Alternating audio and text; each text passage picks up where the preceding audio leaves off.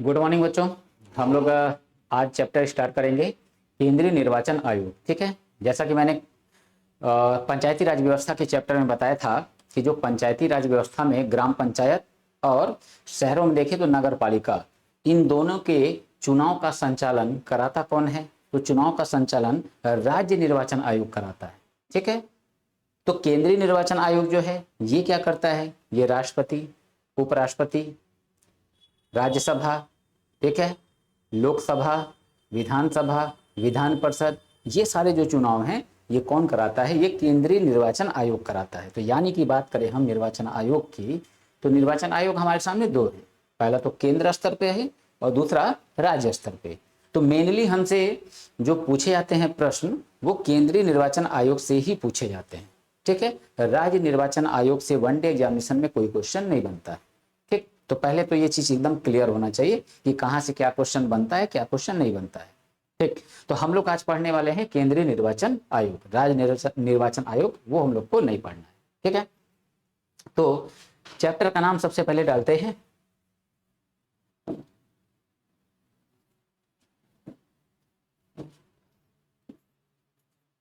तो केंद्रीय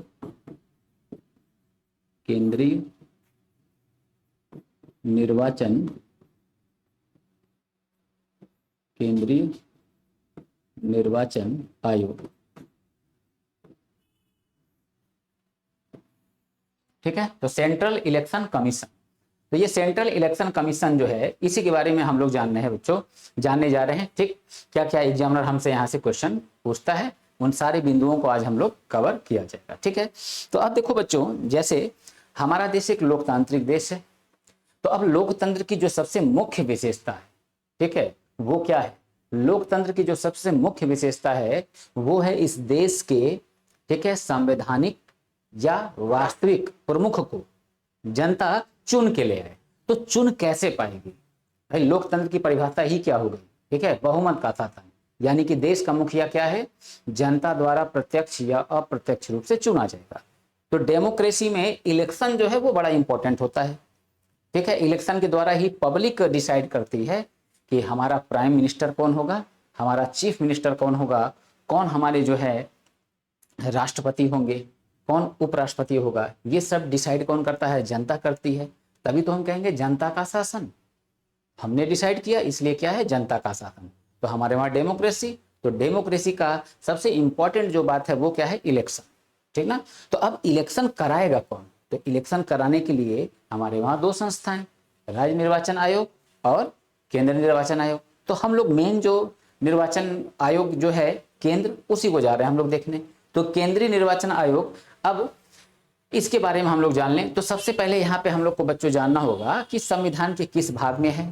ठीक है, केंद्रीय निर्वाचन आयोग, तो हमारा आंसर क्या होता है? भाग 15। अनुच्छेद कहां से कहां तक होगा? 324 से 329 क। ठीक, यहां ध्यान देंगे, 324 से 329 क संविधान का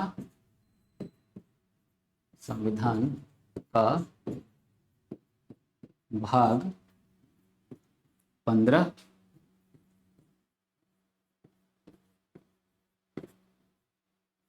अनुच्छेद 324 से 329 क। ठीक है, 324 से 329 क ये क्या बता रहा है?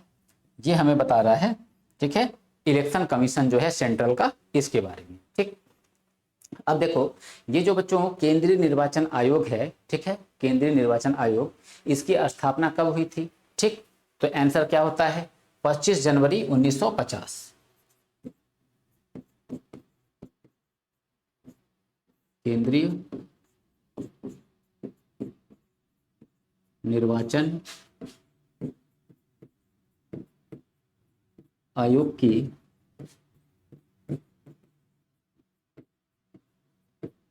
की स्थापना 25 जनवरी 1950 को 1950 को की गई। ठीक है, इसीलिए अब क्या चीज इसीलिए, अब देखते हैं इसको।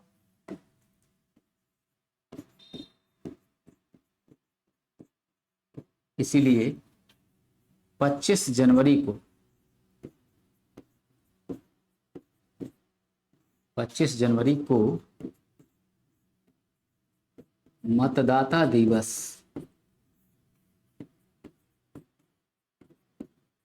मतदाता दिवस के के रूप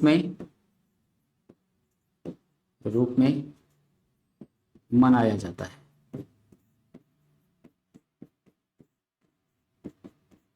मनाया जाता है, ठीक है बच्चों। तो ये बात क्लियर कि 25 जनवरी का जो दिन है ये किस रूप में मनाया जाता है, ये मतदाता दिवस के रूप में मनाया जाता है, ठीक है। 25 जनवरी, ठीक, मतदाता दिवस।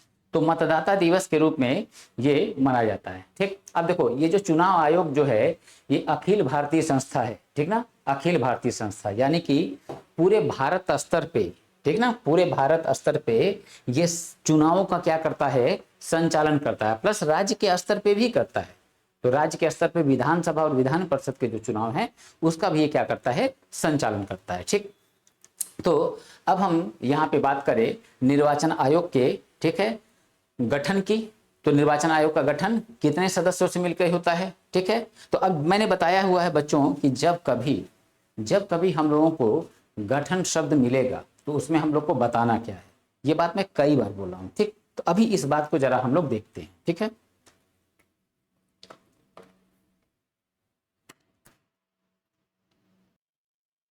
चलो तो इसका स्क्रीनशॉट ले लिए होगे, ठीक है। अब हम लोग हेडिंग डालेंगे निर्वाचन आयोग का गठन।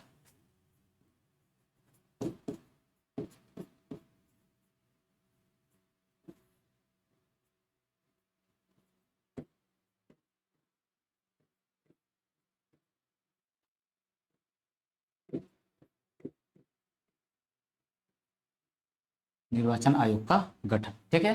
तो निर्वाचन आयोग का गठन या हम इसी को कह सकते हैं बच्चों निर्वाचन आयोग की संरचना, स्ट्रक्चर, ठीक। तो अब देखो यहां बच्चों बहुत ही गौर करने वाली बात है, ठीक है, क्या कि निर्वाचन आयोग का गठन कैसे होता है, ठीक। तो देखो निर्वाचन आयोग का गठन कैसे होगा, एक एक मुख्य निर्वाचन आयुक्त, एक मुख्य निर्वाचन आयुक्त तथा ऐसे, यहां ध्यान देना बच्चों, ऐसे अन्य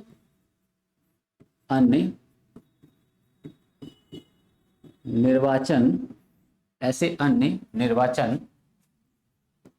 आयुक्त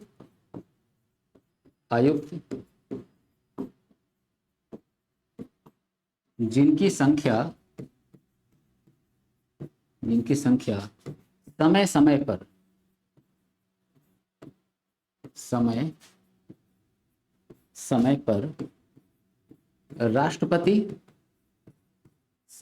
पर राष्ट्रपति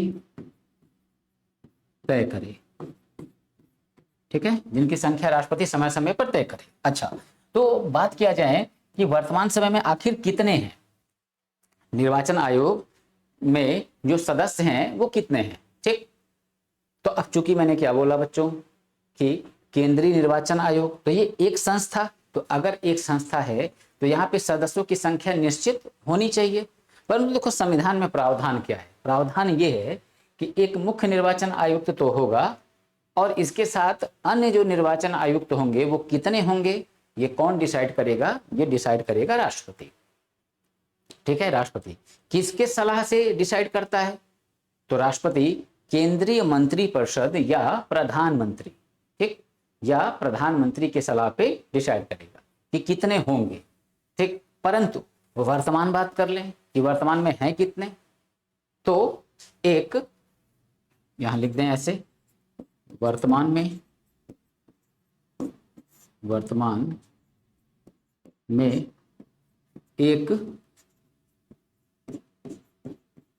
एक मुख्य निर्वाचन आयुक्त एक मुख्य निर्वाचन आयुक्त तथा 2 अन्य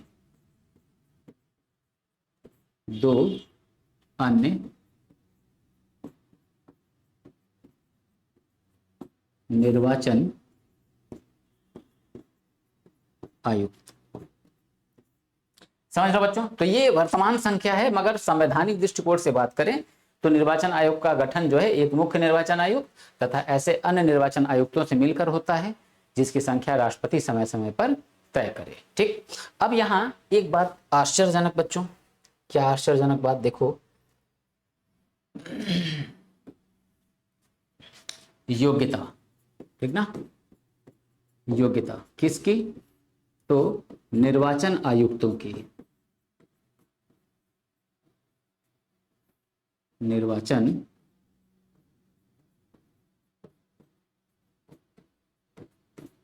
आयुक्तों की। अब निर्वाचन आयुक्तों की योग्यता को जरा हम लोग समझे तो अब बच्चों याद रखना, अब योग्यता की बात करो तो हमारे भारतीय संविधान में चाहे मुख्य चाहे अन्य, इनकी योग्यता का कहीं कोई प्रावधान है ही नहीं। समझ लो, इनकी योग्यता का कहीं कोई प्रावधान नहीं है। यानी कि क्या है, राष्ट्रपति किसी भी व्यक्ति को मुख्य निर्वाचन आयुक्त या अन्य निर्वाचन आयुक्त बना सकता है। वो व्यक्ति मैं भी हो सकता हूं, वो व्यक्ति आप लोग भी हो सकते हो। जब संविधान में इस बात का उल्लेख है ही नहीं कि आखिर वो व्यक्ति कौन होगा, तो अब राष्ट्रपति की मर्जी, ठीक है, जिसको चाहेगा उसको निर्वाचन आयुक्त बना देगा, निर्वाचन आयुक्त क्या करेगा, बना देगा। तो अब ये ध्यान रखो, राष्ट्रपति कोई भी काम, ठीक है, स्व विवेक से नहीं करता। बहुत कम कंडीशन ऐसे हैं, ठीक है, बहुत कम कंडीशन ऐसे हैं जहां पे राष्ट्रपति अपने विचार से काम करता है, ठीक है, तो हम कभी उस पर चर्चा करेंगे। ठीक, हर जगह वो क्या करता है, जो केंद्रीय मंत्री परिषद है उसके सलाह से काम करता है, और मंत्री परिषद का मुखिया कौन है, प्रधानमंत्री। तो हम अगर ये बात कह दे कि प्रधानमंत्री के सलाह से हर काम राष्ट्रपति करता है, तो ये कोई बहुत गलत बात नहीं होगी, ठीक है, सही बात होगी। तो अब यहाँ पे देखो, योग्यता की अगर हम बात करें तो यहां याद रखना, निर्वाचन आयुक्तों को,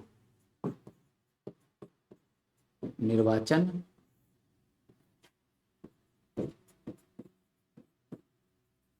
आयुक्तों को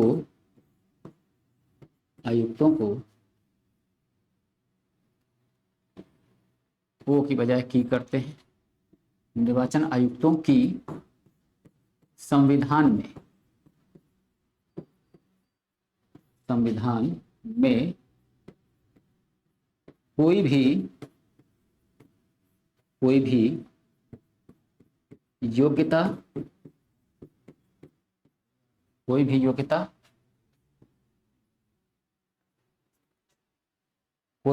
नहीं है, ठीक है, कोई भी योग्यता नहीं है। ठीक, तो ये बात, तो अब कैसे नियुक्त होगा, तो योग्यता नहीं है, परंतु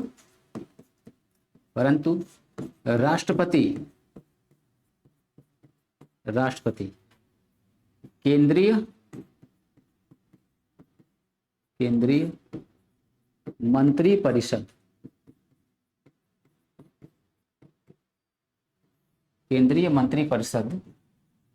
के सलाह पर, केंद्रीय मंत्री परिषद के सलाह पर निर्वाचन आयुक्तों की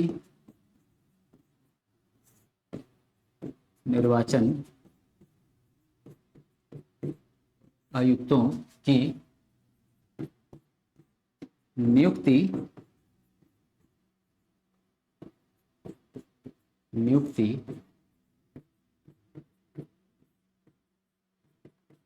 करता है। ठीक है बच्चों, तो ये बात ध्यान रखने की जरूरत है कि भारतीय संविधान में योग्यता का कोई प्रावधान निर्वाचन आयुक्तों से नहीं है। ठीक, अब इसी में उठ पटांग कोई क्वेश्चन बना देगा कि क्या योग्यता है, अब उसी में जो है बच्चे गलती कर देंगे। ठीक है, स्क्रीनशॉट लेना हो ले लो। ठीक है, चलो, तो अब हम लोग आगे देखते हैं। तो अब हम लोग का हेडिंग होगा निर्वाचन आयुक्तों का कार्यकाल। निर्वाचन आयुक्तों का कार्यकाल बच्चों थोड़ा सा ध्यान देना होगा। ठीक है,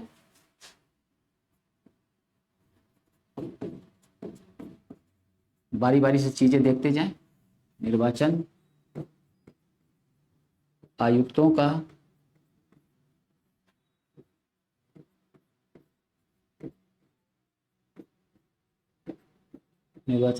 का कार्यकाल। ठीक है, निर्वाचन आयुक्तों का कार्यकाल। अब निर्वाचन आयुक्तों का कार्यकाल बच्चों क्या है, अब इसको बड़े केयरफुली समझना, ठीक है, वरना क्वेश्चन गलत होने की संभावनाएं बढ़ जाएंगी। ठीक, देखो निर्वाचन आयुक्तों का कार्यकाल बिल्कुल अलग टाइप का कार्यकाल है। देखा जाए तो मुख्य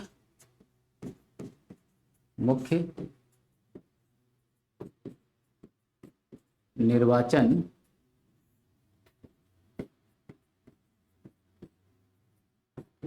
आयुक्त का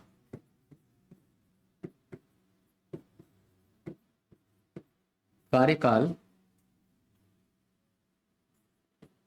65 वर्ष या 6 वर्ष, 6 वर्ष, ठीक है, ब्रैकेट में लिख देंगे, दोनों में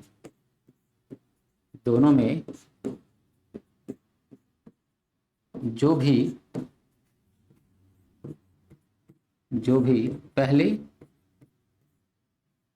पहले पूरा हो। ठीक है, तो 6 वर्ष या 65 वर्ष, 6 वर्ष तक, 65 वर्ष। ठीक है, यहां बच्चों लाइन ध्यान में रखना, 65 वर्ष की आयु या 6 वर्ष तक होता है तथा अन्य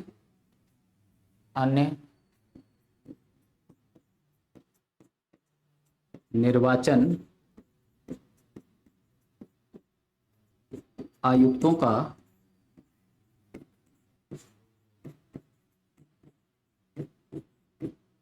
कार्यकाल 62 वर्ष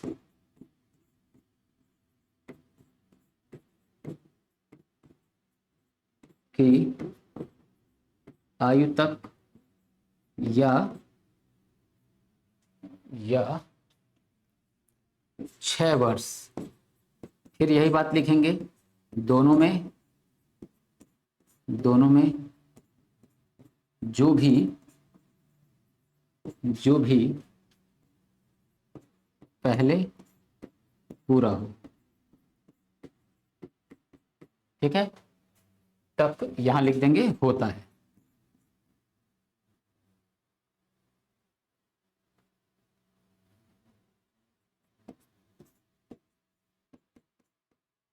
ठीक है, अब कुछ बच्चों को यहां दिक्कत हो रही होगी, सर ये बात ठीक से समझ में आया नहीं। ठीक, ये प्रॉब्लम आ सकती है कि सर ये बात ठीक से हमें समझ में आई। तो इसको हम लोग थोड़ा सा मैथ की लैंग्वेज में समझते हैं। ठीक है, देखो क्या बोल रहा है, मुख्य निर्वाचन आयुक्त जो होगा उसका कार्यकाल 65 वर्ष की आयु या 6 वर्ष, दोनों में जो भी पहले पूरा हो उतना होगा। अब जैसे देखो, अगर कोई व्यक्ति मुख्य निर्वाचन आयुक्त बना, चीफ इलेक्शन कमिश्नर, ठीक, सीईसी, मुख्य निर्वाचन आयुक्त बना। ठीक, अब देखो ये कितने वर्ष की उम्र में बना, तो ये बना बच्चों 55 वर्ष की उम्र में। तो 55 ईयर की एज में मुख्य निर्वाचन आयुक्त कोई व्यक्ति बन रहा है। तो अब हम देखें तो 55 साल की एज में बन रहा है, तो यहाँ क्या बोल रहा है, 65 वर्ष की आयु तक या 6 वर्ष, दोनों में जो पहले पूरा हो जाए। तो अब देखा जाए अगर, तो 55 वर्ष की आयु में अगर बना है तो इसका कार्यकाल कितना होगा, तो ये 6 साल इसका पहले पूरा हो जाएगा। तो यहाँ हम देखें तो क्या हो गया, 6 वर्ष। तो कौन सा पहले पूरा हो रहा है, 6 वर्ष। अच्छा मान लो अगर यही मुख्य निर्वाचन आयुक्त 62 साल की आयु में बनता, तब क्या वो 6 साल का कार्यकाल पूरा कर पाता, नहीं कर पाता। तो यानी कि अभी ये कितना रह गया, फिर 4 ईयर तक ही रहेगा ये। ठीक ना, कितना साल तक रहेगा, ये 4 साल तक ही रहेगा। तो दोनों में कौन पूरा हो जा रहा है, तो दोनों में क्या है, ये वाला देखो ये पूरा हो गया, 6 वर्ष या 65 वर्ष, दोनों में कौन पूरा हो रहा है, तो ये वाला पूरा हो रहा है। तो इसलिए हमने आंसर क्या दिया यहाँ पे, अब इसका कार्यकाल कितना होगा, 4 साल। 55 साल का उम्र में अगर हुआ तो ये नहीं है कि अभी 65 साल तक रहेगा, 10 साल काम करेगा, ऐसा नहीं है। अब चूंकि पहले कौन पूरा हो गया, 6 वाला पूरा हो गया ना, तो इसलिए क्या होगा, ये 61 में अपना पद छोड़ देगा। ठीक है, तो यही बच्चों है कार्यकाल। स्क्रीनशॉट इसका ले लो। ठीक है, चलो अब देखते हैं। तो अब बच्चों आगे हम देखें इनका वेतन, निर्वाचन आयुक्तों का वेतन। निर्वाचन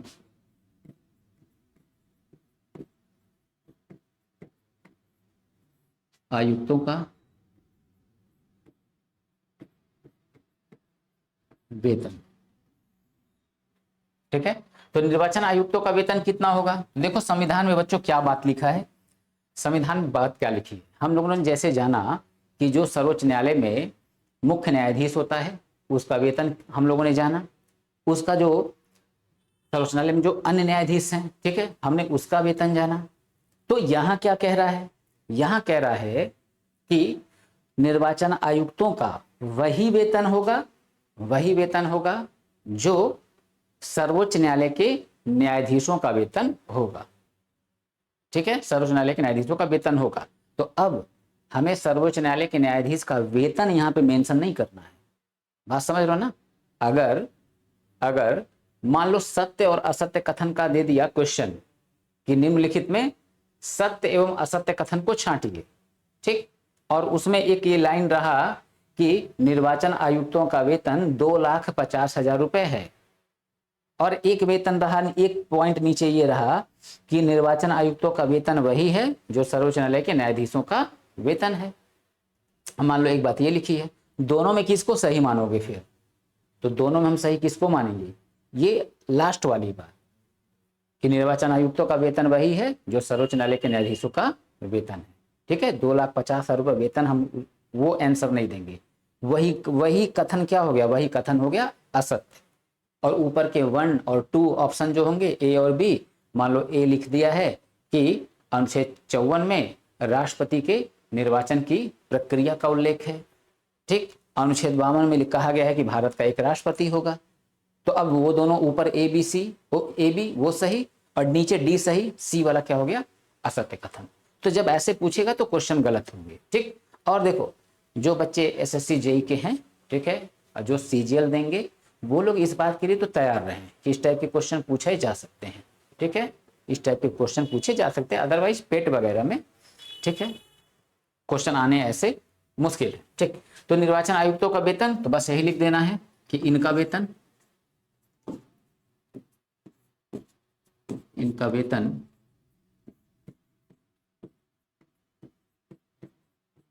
सर्वोच्च न्यायालय के न्यायाधीशों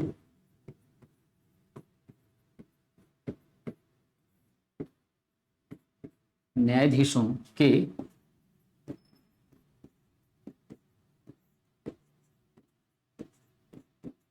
बराबर होता है। ठीक है, बस यही बात हमको बच्चों मेंशन करना था।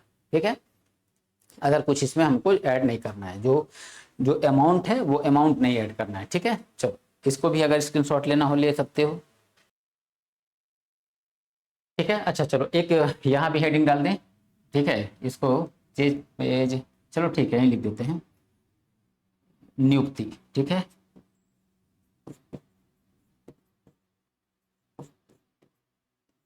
नियुक्ति, ठीक है, किसकी? निर्वाचन आयुक्तों की नियुक्ति। भाई बात है ना बच्चों, ये सारी बात को थोड़ा सा लिखने से मैं बचना चाहता हूँ और आप भी यही चाहते हो कि सर थोड़ा सा लिखना कम पड़े, कंटेंट आप ज्यादा दीजिए। ठीक है, निर्वाचन आयुक्तों की नियुक्ति, ये हमारा हेडिंग हो गया। ठीक, अब देखो पहली बात, निर्वाचन आयुक्त होगा कौन? कौन तय करेगा? राष्ट्रपति।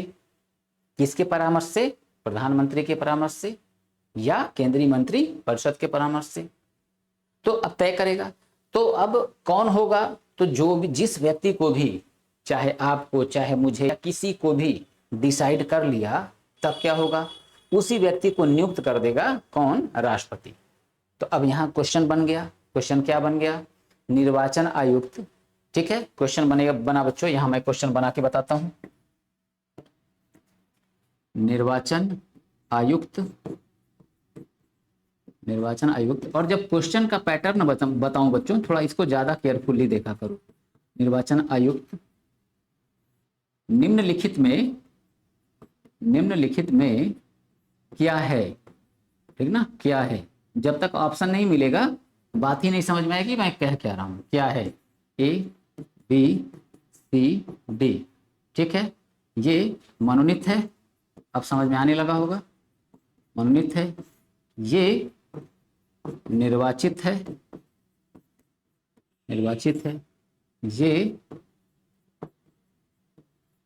नियुक्त है, ठीक है, नियुक्त है, या फिर इसको हम कह दें कि कोई नहीं। तो निर्वाचन आयुक्त कैसे कोई बनेगा, ठीक है, तो राष्ट्रपति तय करेगा और उसी व्यक्ति को क्या करेगा, राष्ट्रपति नियुक्त कर देगा। शब्द क्या यूज हुआ, अपॉइंटेड, ठीक ना, नियुक्त, ठीक है, ये बात ध्यान रखना। तो ये क्वेश्चन ऐसे बनेंगे। यही चीज ऐसे प्राइम मिनिस्टर से भी क्वेश्चन बन जाता है। प्राइम मिनिस्टर का चैप्टर मैं पढ़ाऊंगा, ठीक है। बच्चे ने कहा था कि सर प्राइम मिनिस्टर जो है पढ़ा दीजिएगा, ठीक है, अदर एग्जाम्स में पूछे जाते हैं। मैंने कहा ठीक है, बिल्कुल पढ़ा देंगे, ठीक है। तो निर्वाचन आयोग के बाद हम प्राइम मिनिस्टर ही पढ़ा देंगे, ठीक है। तो नियुक्ति, तो अब देखो यहाँ पे नियुक्ति की अब हम बात कर लें, नियुक्ति की बात कर लें, ठीक है। तो इन्हें मंत्री परिषद के सलाह पे, अंडरस्टूड है बच्चों, केंद्रीय मंत्री परिषद, इन्हें मंत्री परिषद के सलाह पर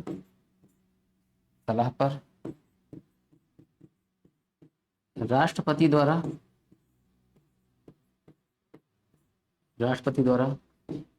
नियुक्त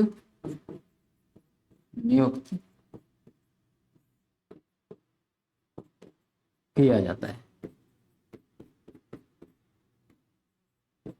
नियुक्त किया जाता है, ठीक है बच्चों। तो ये इतनी बात हम लोग को ध्यान में रखनी होगी, ठीक। अच्छा देखो बच्चों, एक बात देखता हूं मैं अक्सर कि अक्सर ये बात आती है कि निर्वाचन आयोग जो है, ठीक है, स्वतंत्र नहीं है, ऐसा बोला जाता है, ठीक है। तो कंडीशन अगर हम देखें वास्तव में निर्वाचन आयोग की, तो ये स्वतंत्र तो जो है ये वास्तव में नहीं, ठीक है। अगर कोई प्राइम मिनिस्टर चाहे, ठीक है, इसमें मैं किसी पार्टी का नाम नहीं लूंगा, ठीक है, क्योंकि यहां सबकी गलती है, ठीक है, बीजेपी, कांग्रेस, जनता पार्टी वगैरह वगैरह, ठीक है, जितनी पार्टियां हैं, किसी पार्टियों ने यहाँ पे जो एक सिस्टम है नियुक्ति वगैरह का, यहाँ पे सुधार की बात नहीं किया, समझे, सुधार की बात नहीं किया। कुछ आयोग सुधार की बात किए तो उनकी बातों को अनसुना किया गया। जैसे हम लोग देखें थोड़ा सा एक सिस्टम यहाँ पे, कि पहली बात तो नियुक्ति देखो, नियुक्ति कौन कर रहा है, राष्ट्रपति कर रहा है, ठीक है, राष्ट्रपति। देखो यहां आते हैं, नियुक्ति कौन किया, राष्ट्रपति, किससे पूछ के, प्रधानमंत्री से पूछ के, ठीक। फिर देखें योग्यता, कोई भी व्यक्ति हो, संविधान में योग्यता है ही नहीं, तो कौन वो व्यक्ति होगा, राष्ट्रपति तय करेगा, किससे पूछ के, प्रधानमंत्री से पूछ के, ठीक है। अभी क्या कर रहा है, प्रधानमंत्री से पूछ के ये तय कर रहा है, ठीक। और देखो इसी में एक बात और अगर हम देख लें तो एक शब्द हम लोग को मिलता है गठन, ठीक ना, गठन। अब यहां देखो गठन मतलब क्या, सदस्यों की संख्या। तो राष्ट्रपति क्या करेगा, डिसाइड करेगा निर्वाचन आयोग में कितने सदस्य होंगे। तो राष्ट्रपति ने इस समय डिसाइड किया हुआ है कितना है, तो एक मुख्य निर्वाचन आयुक्त और 2 अन्य। बड़े काम की चीज बता रहा हूं बच्चों, ध्यान देना, हालांकि एग्जाम के रिलेवेंट नहीं है बट फिर भी थोड़ा सा इसको देखो, ठीक है। तो 3 हो गए, ठीक। और ये जो निर्णय है, कोई भी निर्णय अब 3 है तो कैसे लिया जाता है, बहुमत से लिया जाता है, ठीक ना। निर्णय कैसे होता है, बहुमत से। अब ध्यान रखना बच्चों, बहुमत से निर्णय होता है तो अब इसमें मुख्य निर्वाचन आयुक्त कुछ भी कहे, मुख्य निर्वाचन आयुक्त होने का कोई बहुत बड़ा फायदा नहीं है, कुछ परिस्थितियां हैं कि ठीक है तुम मुख्य निर्वाचन आयुक्त हो, परंतु आपके मुख्य निर्वाचन आयुक्त होने का कहीं कोई बहुत बड़ा फायदा नहीं है।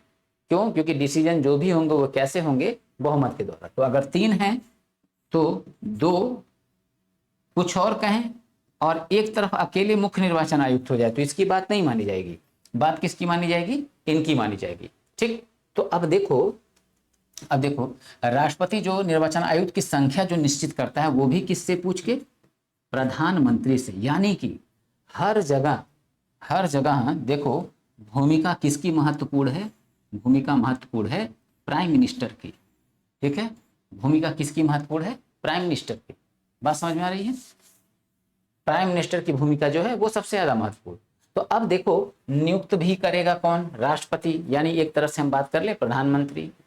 कौन बनेगा निर्वाचन आयुक्त? वो भी कौन डिसाइड करेगा? प्रधानमंत्री। गठन जो है संख्या कितनी होगी वो भी कौन डिसाइड करेगा? प्रधानमंत्री। तो अगर आज की डेट में हम बात करें प्रधानमंत्री की, ठीक है, आज की डेट में अगर हम बात करें प्रधानमंत्री की, तो प्रधानमंत्री की बात करें तो आज 3 है। तो प्रधानमंत्री ने राष्ट्रपति से कहा एक काम करिए इसकी संख्या जो है 7 कर दीजिए, ठीक ना, 4 और बढ़ा दीजिए। क्यों बढ़ा दीजिए? ये जो 3 निर्वाचन आयुक्त हैं ये क्या है? वर्तमान सरकार के फेवर में मान लो बात नहीं कर रहे हैं, सरकार की बात मान लो नहीं सुन रहे हैं, तब क्या होगा? प्रधानमंत्री बोलेगा राष्ट्रपति से एक काम करो 4 सदस्य तुम और नियुक्त करो। तो अब ये 4 सदस्य कौन होगा? ये 4 सदस्य वो होगा जिसको प्रधानमंत्री चाहेगा। ठीक, तो मान लो मैं बहुत बड़ा समर्थक, ठीक है, वर्तमान सरकार का, तो मैं किसी पार्टी का नहीं हूं बच्चों, जो बात सही। टीचर कभी किसी पार्टी का समर्थक नहीं होता है। टीचर वो होता है जो एकदम स्वतंत्र बात करता है, जो बात सही है। हम यहाँ संविधान पढ़ रहे हैं, पॉलिटी पढ़ रहे हैं। पॉलिटी और पॉलिटिक्स दोनों में अंतर है। पॉलिटिक्स की बात मैं नहीं कर रहा हूँ, ठीक ना, तो यहाँ संविधान की बात कर रहा हूँ। तो मैं मान लो थोड़ी देर के लिए मैं 3 लोग मान लो आप लोग हो गए, हम लोग समर्थक हैं। ठीक, सरकार क्या करेगी? प्रधानमंत्री क्या करेंगे? कहेंगे इन 4 लोगों को, ठीक है, गठन में क्या करो? शामिल कर दो। यानी संख्या जो है वो 1 मुख्य और 6 अन्य कर दो। टोटल कितने हो गए? 7 हो गए। अब 7 अगर हो गए तो निर्णय कैसे होगा? बहुमत के आधार पे होगा। तो हम 4 की नियुक्ति की गई है। क्यों? जानबूझ के की गई है, ताकि हम क्या है कोई भी काम सरकार के फेवर में करें। तो क्या होगा? हम 4 लोग नियुक्त हुए हैं, तो अब हम 4 लोग क्या करेंगे? सरकार के फेवर में डिसीजन देंगे। समझ रहे हो? तो इसमें जो है सुधार की आवश्यकता तो है, नो डाउट। हालांकि डेमोक्रेसी है, डेमोक्रेसी में देखो इतना जो है कोई करेगा नहीं, समझ रहे हो ना, इतना जो है कोई करने वाला नहीं है, क्योंकि जनता देख रही है ना, लोकतंत्र है। चुनाव के आधार पे जो है हमारे देश के प्रधानमंत्री राष्ट्रपति आते हैं। अगर इस तरह से दुरुपयोग करेंगे और हम जैसे लोग बातों को समझ भी रहे हैं तो तुरंत हम लोग समझाना शुरू कर देंगे बच्चों को, यार ये तो गलत हुआ है। ठीक है, तो ऐसा होता नहीं है। मगर कोई चाहे अगर बदमाशी करना, समझ रहे हो, कोई अगर प्राइम मिनिस्टर भविष्य में आए और वो चाहे इसका मिसयूज करना तो कर सकता है। समझ में आया बच्चों? ठीक है, चलो आगे बढ़ते हैं, अगला हेडिंग डालते हैं।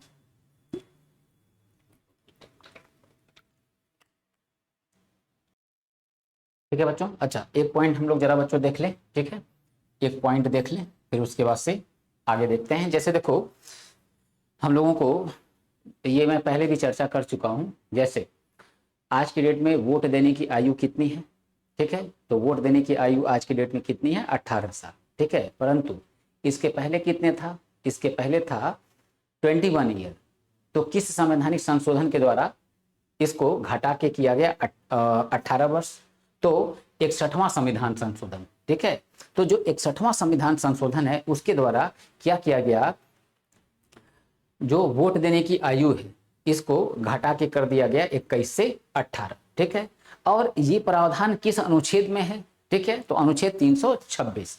तो हमारे मतदान की आयु क्या होगी? वयस्क मताधिकार का जो उल्लेख है वो किस में है? अनुच्छेद 326 में। और हम लोग देख रहे हैं अनुच्छेद 324 से, ठीक ना, तो 324 से 329 का तक देख रहे हैं। तो 326 का थोड़ा सा यहाँ जिक्र कर लिया जाए। ठीक, तो अनुच्छेद 326 यहाँ थोड़ा सा जिक्र कर लेते हैं। अनुच्छेद 326, ठीक है, वयस्क वयस्क मताधिकार,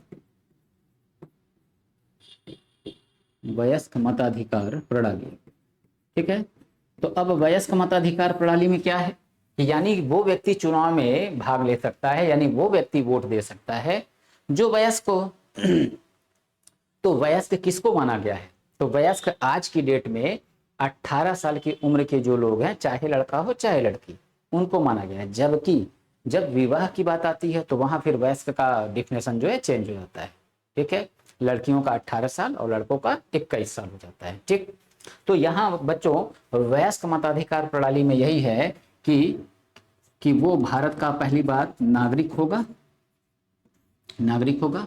दूसरा दूसरा 18 वर्ष की 18 वर्ष की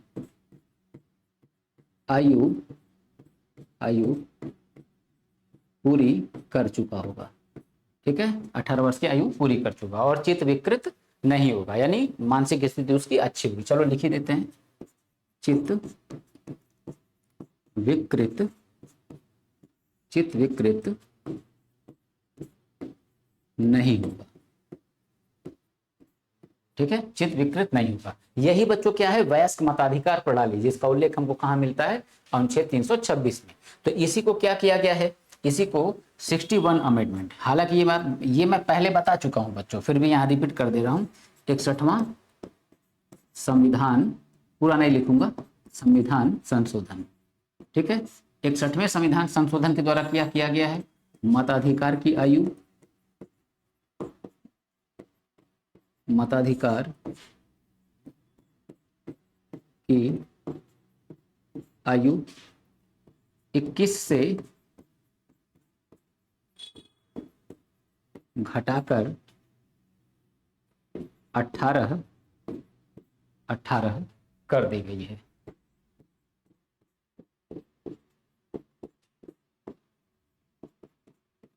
कर दी गई। ठीक है, तो ये अनुच्छेद 326। ठीक, चलो ले लो स्क्रीनशॉट। चलो ठीक है, अब हम लोग देखेंगे निर्वाचन आयोग के कार्य।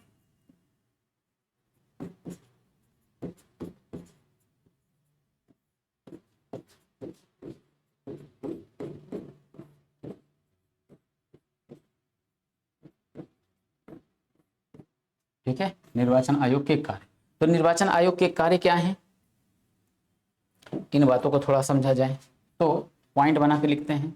पहली बात, स्वतंत्र एवं निष्पक्ष, स्वतंत्र एवं निष्पक्ष चुनाव, स्वतंत्र एवं निष्पक्ष चुनाव कराना। ठीक, दूसरा राजनीतिक दलों को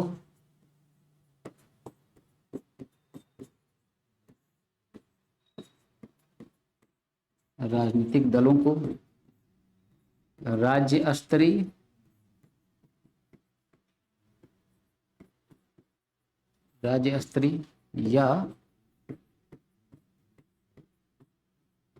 या राष्ट्रीय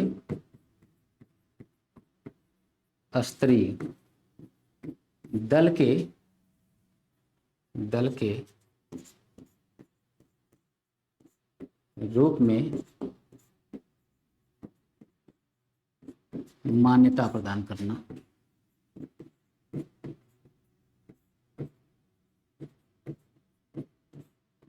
ठीक है, मान्यता प्रदान करना। दूसरा बात, अगला थर्ड देखें तो राजनीतिक दलों को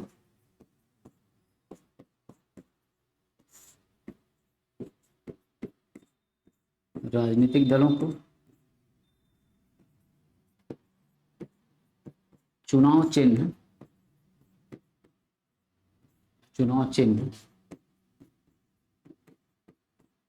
आवंटित करना। ठीक है, तो अब राजनीतिक दलों को बच्चों चुनाव चिन्ह मिलते हैं, किसी को झाड़ू मिल गया है, समझ लो, किसी को झाड़ू मिल गया है, किसी को कुछ मिल जाता है। विशेष रूप से जब देखा करो चुनाव होता है नगर पालिका का, ठीक है, पार्षद वाला, तो उसमें तो अजीबो अजीब जो है, अंगूठी है, आम है, तराजू है, लोटा है, पता नहीं क्या क्या, समझ रहे हो इस तरह से। परंतु वो कौन देता है, वो राज्य निर्वाचन आयोग जो है वो देता है। ठीक है, तो ऐसे चुनाव चिन्ह आवंटित करना। अब हमारे जो है कि जितने हमारे सामने पार्टियां हैं, समाजवादी पार्टी, ठीक है, बहुजन समाज पार्टी, तृणमूल कांग्रेस, भाजपा, कांग्रेस, आम आदमी पार्टी, इन सबों को जो चुनाव चिन्ह प्रदान किया गया, किसके द्वारा किया गया, निर्वाचन आयोग के द्वारा, केंद्रीय निर्वाचन आयोग के द्वारा। ठीक, चौथी बात कर लें तो आचार आचार संहिता, आचार संहिता लागू करना। ठीक है, आचार संहिता लागू करना, चुनाव से कुछ दिन पहले, कुछ महीने पहले जो है आचार संहिता लागू हो जाता है, जिसमें आप जो है प्रचार वगैरह, ठीक है, पोस्टर चिपका के, बैनर लगा के प्रचार वगैरह नहीं करा सकते। डोर टू डोर जाके जो राजनीतिक दल के लोग हैं वो मुलाकात कर सकते हैं पब्लिक से, मगर कोई भी जो है एडवर्टाइजमेंट वगैरह वो नहीं कर सकते हैं। ठीक ना। पांचवा पांचवा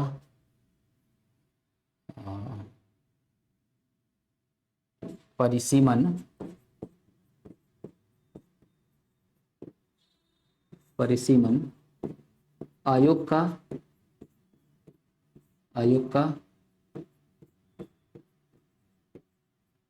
गठन करना।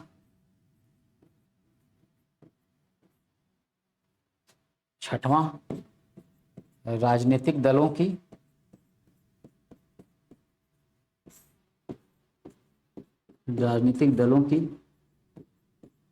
राज्य स्तरीय या केंद्र स्तरीय जो इनका दर्जा है उसको समाप्त करना। तो मैं इसको शॉर्ट में लिख देता हूं, राजनीतिक दलों की, ठीक है, मान्यता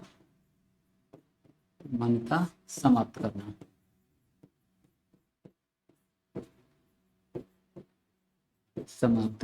ठीक है, स्क्रीनशॉट ले लो बच्चों, चलो बच्चों,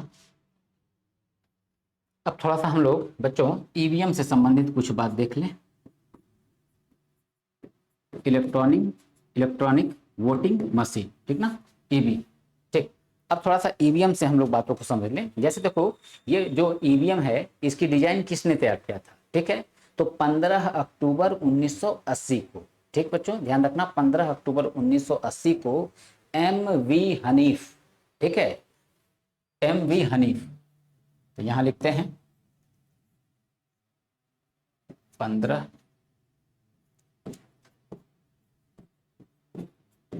अक्टूबर 1980 को एम वी हनीफ ने ईवीएम का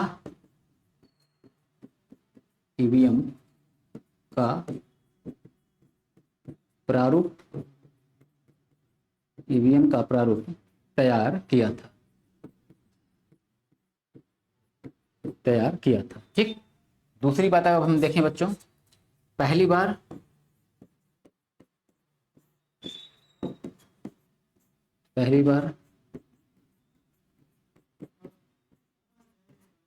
ईवीएम का प्रयोग कहाँ हुआ था, केरल में। ठीक है, केरल में कब हुआ था, 1982 में। ठीक है, अच्छा, व्यापक तौर पे इसका प्रयोग कब शुरू हुआ, तो व्यापक तौर से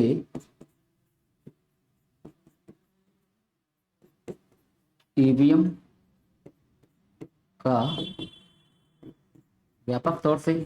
का प्रयोग 1988 से शुरू हुआ।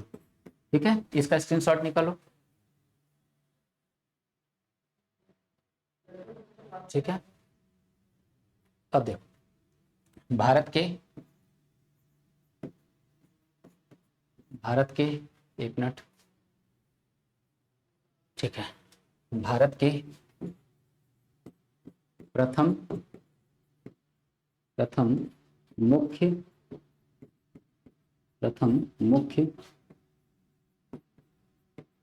निर्वाचन आयुक्त। तो प्रथम मुख्य निर्वाचन आयुक्त कौन थे? आंसर है बच्चों सुकुमार सेन। ठीक है, काफी आसान क्वेश्चन है ये। ठीक है, सुकुमार सेन। अच्छा, भारत की अगला देखते हैं। भारत की प्रथम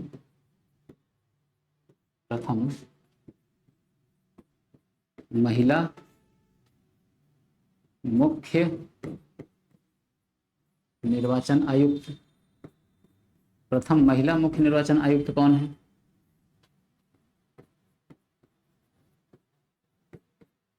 ठीक, आंसर क्या हो जाता है? आंसर हो जाता है रमा देवी। ठीक है, रमा देवी। ये बात बच्चों ध्यान में रखना है। ठीक है, तो रमा देवी, ये क्वेश्चन काफी पूछा जाता है। ठीक है, महिला वाला, पहला वाला भी पूछा जाता है। और वर्तमान कौन है? राजीव कुमार। ठीक है, अभी उनका भी नाम लिखवाएंगे। ठीक है, अब एकमात्र मुस्लिम जो है मुख्य निर्वाचन आयुक्त कौन थे? तो उनका नाम क्या है? शहाबुद्दीन याकूब कुरैशी। ठीक है, शहाबुद्दीन याकूब कुरैशी। भारत के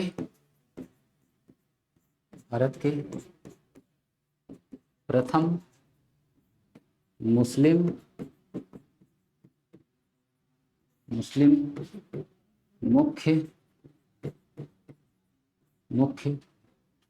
निर्वाचन आयुक्त।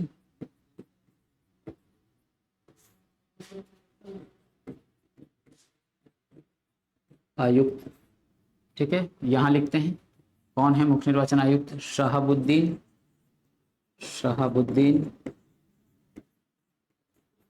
याकूब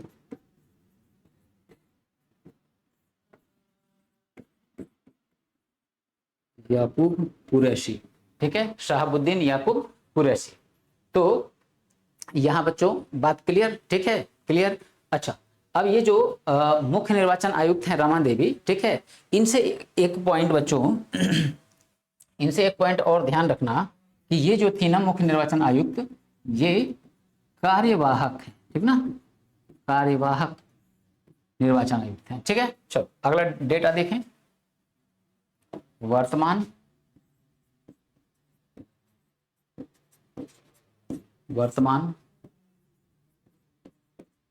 मुख्य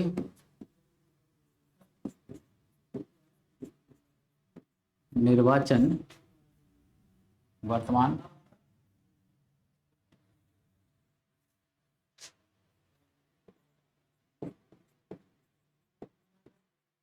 वर्तमान मुख्य निर्वाचन आयुक्त।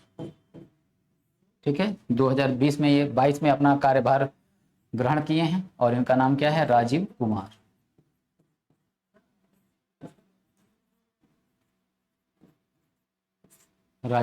ठीक है बच्चों, तो ये हम लोग का बच्चों क्लियर होता है। ठीक है, निर्वाचन आयोग और निर्वाचन आयोग से इतने पॉइंट जो है वो सफिशिएंट है। ठीक है, इतने पॉइंट सफिशिएंट है, इसके बाहर अब कुछ क्वेश्चन बनना थोड़ा मुश्किल है। हाँ, कुछ आयोग से प्रश्न बन जाते हैं। ठीक है, वो मगर मैं अक्सर देखता हूं कि वनडे एग्जामिनेशन में क्वेश्चन नहीं बनते हैं। ठीक है, दिनेश गोस्वामी समिति वगैरह जो है, इनका संबंध किससे है? चुनाव सुधार से है, वगैरह वगैरह। ठीक ना, और भी कई कमेटियां हैं, तो वो यहाँ बच्चों वनडे एग्जामिनेशन में हम लोग से वो क्वेश्चन नहीं पूछे जाते हैं।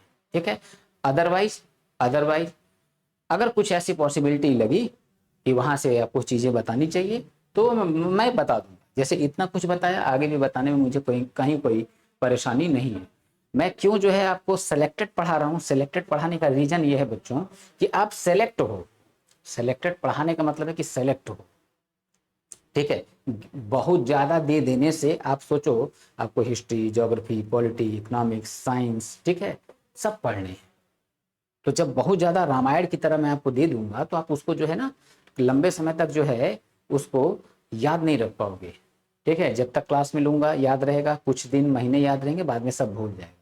हाँ, अभी आगे और बहुत सारी चीजें पढ़नी है, समझ रहे हो? तो इसलिए मैं लिमिटेड चीजें आपको बता रहा हूँ। ठीक है, जहां लगेगा डेप्थ और जाना चाहिए मैं जाऊंगा, आपको उसमें कुछ कहने की जरूरत नहीं पड़ेगी। और लगे कहीं से कि हाँ सर को बताना चाहिए ये बात, तो अब आप बेझिझक मुझे बताया करो कि सर जो है ये चीज़ आप बता दीजिए। जैसे एक बच्चे ने बोला कि सर प्राइम मिनिस्टर आपने नहीं पढ़ा है, सर पढ़ा दीजिए। ठीक, तो मैंने कहा ठीक है बेटा पढ़ा देंगे बिल्कुल।